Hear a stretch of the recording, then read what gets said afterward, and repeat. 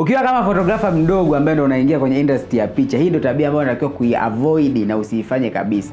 Kwa sababu hii tabia itakukosesha wateja, itakugombanisha na watu, lakini pia itakukosesha uaminifu kwa watu ambao wanakuwa wanakuzunguka. Na tabia yenyewe ni kudownload picha au kazi za watu wengine na kuposti au kuonesha wateja wako kwa ndo kazi zako.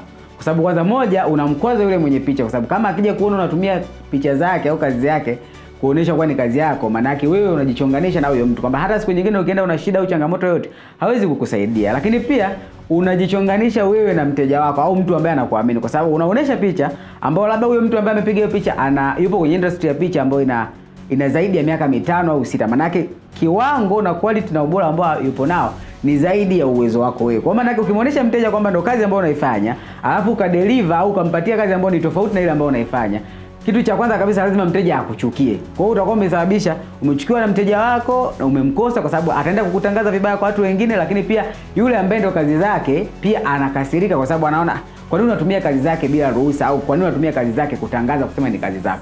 Kwa hiyo ndio tabia ambayo unatakiwa uiache kabisa ukiwa photographer unayeanza, na utakiwa kuifanya hata kidogo, hata kama unashawishiwa. Rizika ulipo napo, kwa sababu hicho kiwango ambacho upo nacho kuna mtu ambaye anakihitaji, na kuna mtu ambaye anaweza kufanya kazi na wewe na akafurahia na akaridhika. Kwa hiyo wewe furahia, utapata wateja wa kiwango na hadhi ambayo upo. Asante.